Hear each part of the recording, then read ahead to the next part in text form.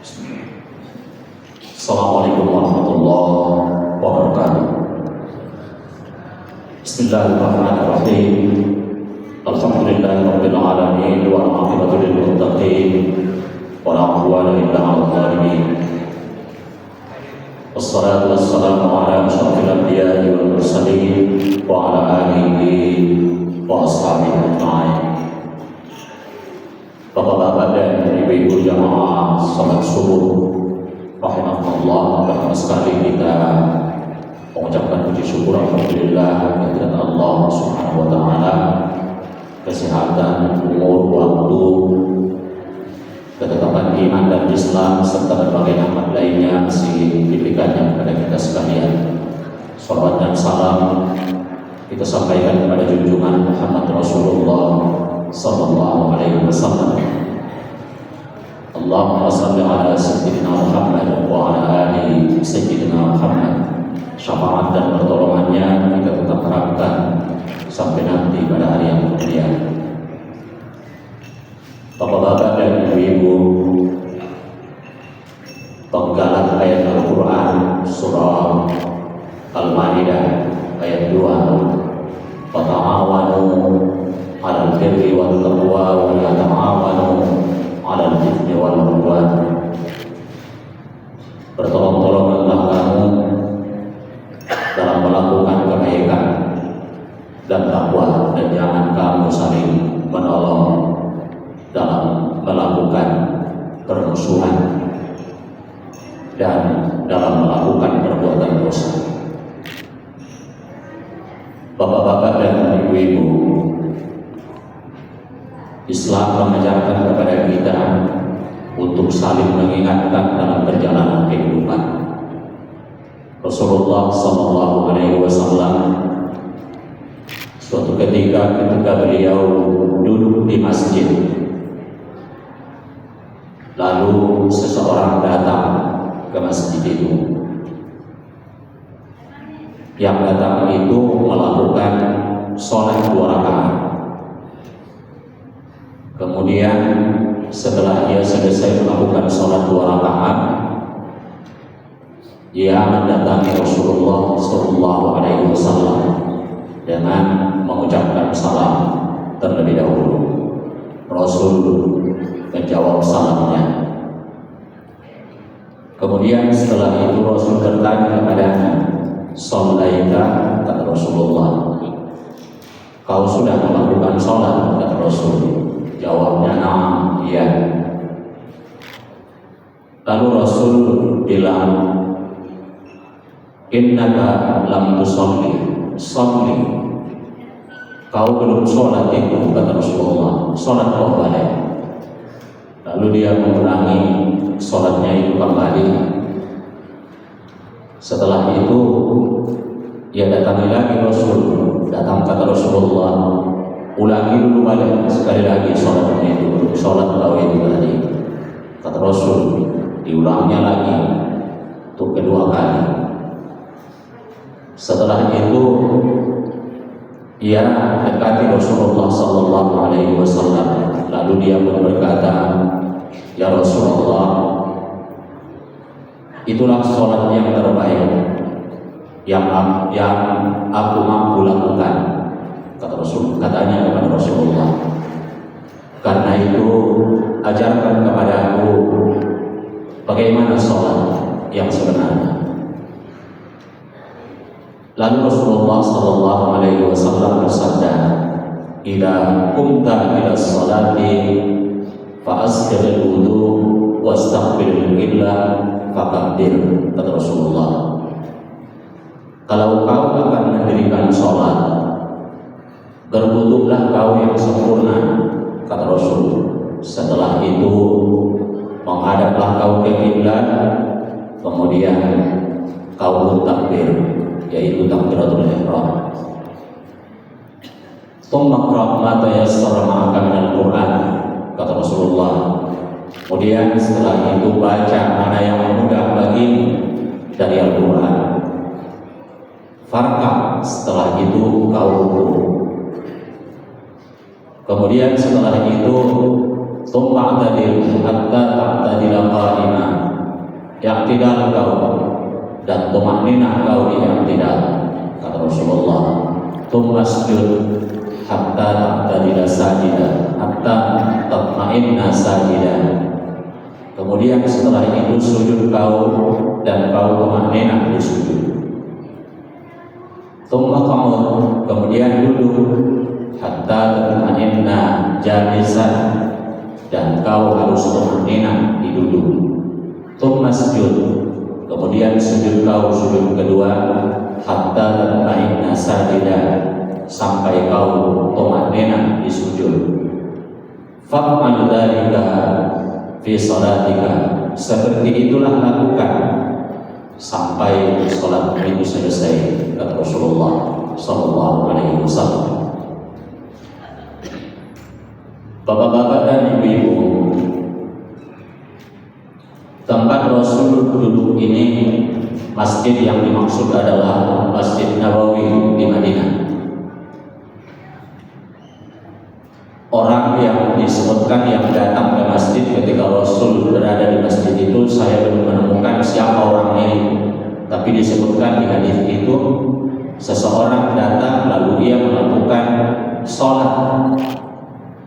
Di hadis itu seperti itu. Sholat yang dilakukannya itu, menurut para ulama, itu adalah sholat tahiyatul masjid 2 rakaat. Jadi setelah ia selesai tahiyatul masjid 2 rakaat itu, Rasul menyuruhnya untuk mengulang kembali sholat qalbul balik, kata Rasulullah. Karena kau belum sholat itu tadi, kata Rasul. Diulanginya. Setelah selesai, diulanginya 1 kali. Datang kata Rasul, ulangi lagi balik, kata Rasulullah. Jadi dia mengulang sampai 2 kali. Lalu setelah itu dia meminta supaya Rasul menjelaskan kepadanya bagaimana sholat yang sebenarnya. Maka Rasul pun menjelaskan. Hadis ini ditulis oleh Syekh Muhammad bin Ismail Al-Kahlani di kitabnya Subulus Salam, tapi tidak menyebutkan sebab atau latar belakang hadis ini diucapkan oleh Rasulullah. Maka dari keterangan yang kita sampaikan itu tadi, bahwa latar belakang hadis ini diucapkan oleh Rasul adalah untuk menjelaskan bagaimana sholat yang sebenarnya atas permintaan orang yang disuruh oleh Rasulullah untuk mengulangi sholatnya sampai 2 kali mengulang. Itu latar belakang. Kalau di kajian hadis namanya disebut dengan asbabul wurud. Latar belakang hadis itu diucapkan oleh Rasulullah. Kalau di kajian Al-Quran itu namanya disebut dengan sababun nuzul atau asbabun nuzul, latar belakang maka ayat diturunkan. Oleh sebab itu dalam aturan syariat ada sebagian dari hadis Rasul itu yang disampaikan oleh Rasulullah karena ada latar belakang. Jadi tidak disampaikan Rasul begitu saja. Sekalipun ada memang beberapa di antara hadis Rasul itu yang disampaikan oleh Rasul tanpa latar belakang. Karena di situ tujuannya hanya semata-mata untuk memberikan petunjuk kepada kita umat. Maka para ulama menjelaskan tentang hadis ini. Kenapa Rasulullah mengulanginya sampai 2 kali mengulang? Karena ia tidak tumakninah di tempat-tempat yang seharusnya tumakninah. Tumakninah itu berhenti sebentar di posisi yang diharuskan tumakninah. Di mana itu posisi tumakninah itu? Pertama di ruku, kemudian yang kedua di i'tidal, lalu yang ketiga di sujud pertama, yang keempat di duduk antara 2 sujud, yang kelima di sujud kedua. Itu di situ harus berhenti sebentar. Berapa lama berhentinya? Kira-kira membaca tasbih 1 kali. Kalau di mazhab Syafi'i tasbihnya Subhana rabbiyal azim wa bihamdi di ruku, Subhana rabbiyal a'la wa bihamdi. Kalau di mazhab yang lain tasbihnya Subhana rabbiyal azim, Subhana rabbiyal a'la. Kira-kira baca Subhana rabbiyal azim 1 kali itulah lama berhentinya itu di tempat-tempat yang diwajibkan harus tumanina. Jadi kalau ada orang melakukan sholat ruku, begitu sampai di ruku langsung sami Allahu liman hamidah, begitu sampai di i'tidal langsung Allahu akbar tanpa berhenti, begitu sampai di sujud belum berhenti lagi di sujud Allahu akbar, duduk dia duduk antara 2 sujud, belum berhenti di duduk antara 2 sujud sudah Allahu akbar ke sujud kedua, belum berhenti di sujud kedua dia berdiri. Itu namanya tidak tumanina itu. Makanya kalau ada orang sholat tarawih 20 rakaat 5 menit selesai, menyimpang itu dari hadis Rasul itu. Tapi ada yang pengikutnya, yang batil itu ada saja yang pengikutnya itu tidak mesti yang hak baru ada pengikutnya, yang batil pun banyak pengikutnya. Maka Rasul menjelaskan, karena orang itu tidak tumanina di posisi-posisi yang dituntut dan diharuskan tumanina, karena itulah maka Rasul menyuruhnya untuk mengulangi sholatnya itu sampai 2 kali mengulang. Nah, itulah mengingatkan ini. Maka disebutkan di tumanina itu kalau di fikih disebutkan bahwa membaca bacaan di posisi-posisi yang diwajibkan tumanina, membaca bacaannya itu sunnah, tidak ada yang hukum itu bacaan. Baca Subhana rabbiyal azim wa bihamdihi di ruku itu sunnahnya itu. Kalau tak dibaca pun sahnya itu ruku. Tapi wajib berhenti karena tumanina itu rukun. Begitu sampai di i'tidal berhenti dia sebentar di i'tidal tanpa membaca Rabbana walakal hamd dan seterusnya itu sahnya itu sholatnya itu. Atau di sujud dia tidak baca Subhana rabbiyal a'la wa bihamdihi, tapi wajib berhenti dia di posisi ruku, di posisi sujud, sahih sujudnya. Begitu juga nanti di duduk antara 2 sujud dia tidak baca Rabbighfirli dan seterusnya, tapi dia berhenti karena membaca bacaan di setiap posisi yang diwajibkan tumanina, membaca bacaannya itu sunnah, tidak wajib. Lalu kenapa disunnahkan membaca bacaan itu? Untuk memastikan berhentinya itu. Maka disunnahkan di mazhab Syafi'i ketika ruku baca tasbih 3 kali, disunnahkan 3 kali, minimal 1 kali. Maka berhentinya dari paling sedikit kira-kira membaca tasbih 1 kali, berhentinya itu yang rukun. Baca tasbihnya itu sunnah. Kenapa disunnahkan baca tasbihnya itu? Untuk memastikan berhentinya itu. Karena tidak mungkin dibacanya tasbih itu begitu dia sampai di ruku langsung i'tidal. Tidak terbacanya itu tasbih 1 kali itu kalau dia tidak berhenti. Begitu juga nanti di sujud kalau dia tidak baca tasbih minimal waktu baca tasbih 1 kali, dia tidak akan mungkin bisa baca tasbih itu kalau dia tidak berhenti di sujud. Maka untuk memastikan berhentinya itu disunnahkan baca tasbih.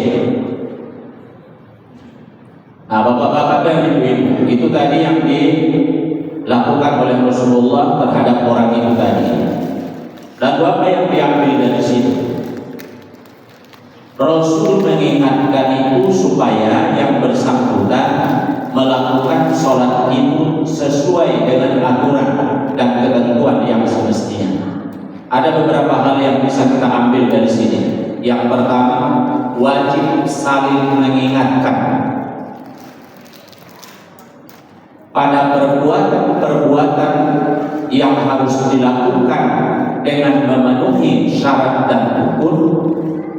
Maka bagi orang yang akan melakukan, dia wajib mengetahui secara jelas dan pasti tentang aturan yang berlaku pada perbuatan yang ia lakukan itu, supaya ia bisa melakukannya sesuai dengan aturan dan ketentuan itu. Makanya harus ada ilmu. Ketika dia akan melakukan sholat itu, dia sudah pelajari terlebih dahulu seperti apa sholat yang benar. Lalu dia melakukan sholat. Itu satu yang bisa kita ambil dari sini. Yang kedua, kewajiban untuk saling mengingatkan. Ketika ada orang lain melihat yang lainnya itu melakukan perbuatan yang harus memenuhi syarat rukun, ternyata yang bersangkutan tidak melakukannya memenuhi syarat dan rukun, maka yang melihat itu wajib mengingatkan. Nah, itu di situ pentingnya saling mengingatkan itu tadi. Maka pada perbuatan yang harus dipenuhi syarat rukun, ketika kita melakukannya di depan orang lain atau di hadapan orang lain, kita harus upayakan kita bisa lakukan sesuai dengan syarat dan rukun itu tadi. Maka disebutkan kalau ada orang melihat orang lain melakukan sholat tak sesuai dengan aturan, dia tahu kalau sholat orang lain itu tak sesuai dengan aturan, lalu dibiarkannya begitu saja, maka ia ikut bersekutu di dosa yang dilakukan oleh orang yang melakukan tak sempurna itu tadi. Inilah yang jarang kita lakukan sekarang. Ketika ada orang melakukan satu perbuatan tertentu yang harus memenuhi syarat rukun, dilakukannya tak memenuhi syarat rukun. Lalu kita tahu kalau dia melakukannya tidak memenuhi syarat rukun, kita tidak ingatkan dia, kita biarkan saja begitu.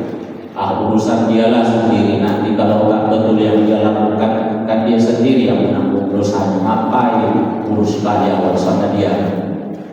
Nah, itulah yang tak benar itu. Makanya itu kalau dia melakukan sesuatu yang harus memenuhi syarat rukun, dilakukannya tanpa memenuhi syarat rukun, ada orang yang mengetahui dan melihat kalau yang bersangkutan melakukannya tidak memenuhi syarat rukun, kewajiban bagi yang tahu untuk mengingatkan itu. Ini nanti banyak contohnya ini, bapak-bapak dan ibu-ibu. Ketika kita duduk-duduk di masjid, lalu datang seseorang, dia pun sholat, kita perhatikan dia yang sholat itu, mulai dari takbiratul ihram sampai salam. Waktu di sujud, jempol kakinya membelakangi arah kiblat.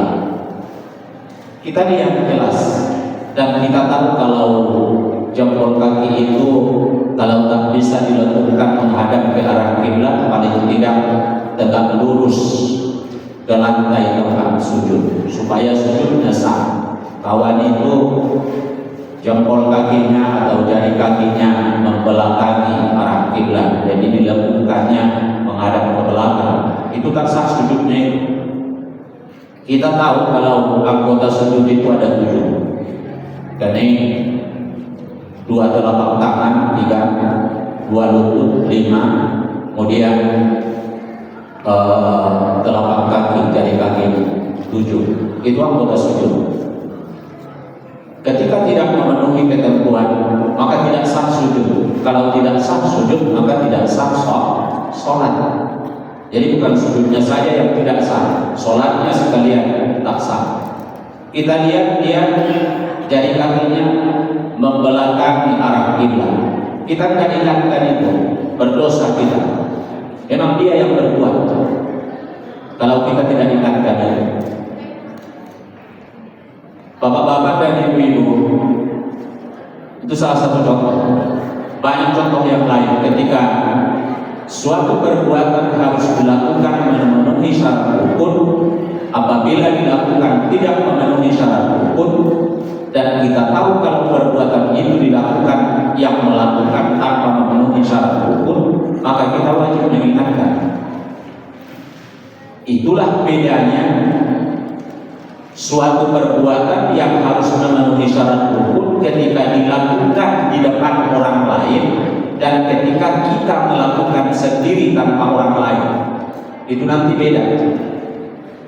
Kalau kita melakukan sendiri tanpa ada orang lain, yang salah pun yang kita lakukan itu, kalau salah kita sendiri yang berdosa. Tapi ketika kita melakukan sesuatu yang harus memenuhi syarat rukun di depan orang lain, kita lakukan tidak memenuhi syarat rukun, yang lain itu tahu kalau yang kita perbuat itu tidak memenuhi syarat rukun dan dia tidak mengingatkan, dia ikut berdosa gara-gara kita. Itu beratnya dan itu tanggung jawab saling mengingatkan itu dalam Islam. Itu nanti banyak contohnya itu. Mengkapling masjid itu termasuk bagian perbuatan yang tidak baik dilakukan. Bagaimana mengkapling masjid itu? Tanggal 1 Syawal dia datang sholat subuh berjamaah ke masjid. Nanti jam 7:30 sholat Idul Fitri. Sajadahnya ditinggalkannya di masjid, dikembangkannya di salah satu tempat di masjid itu, sajadah itu.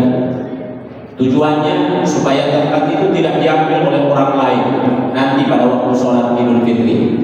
Dia pun pulang ke rumah, sudah dikembangkannya sajadah itu di masjid. Pulang dia. Banyak betul masak lontong dia dulu sebentar. Nanti jam 7 berangkat dia ke masjid. Masjid sudah pada penuh. Orang tidak ada yang berani menggeser sajadahnya itu, karena orang kenal sama sajadah itu siapa yang punya. Nanti kalau bergeser marah dia, marah yang punya. Tidak ada yang berani menggeser. Dia pun datang, masuk dia ke masjid. Orang sudah pada penuh. Itu namanya mengkapling masjid. Tidak boleh itu, dan itu bukan perbuatan yang baik itu. Kalau dia mau duduk di tempat itu, duduk dia di situ, datang dia lebih awal. Makanya di masjid siapa yang datang duluan dia berhak untuk mengambil tempat di depan. Tidak boleh kapling-kapling masjid, dosa itu. Jadi kalau ada di sana ada yang seperti itu, di sini wallahu a'lam.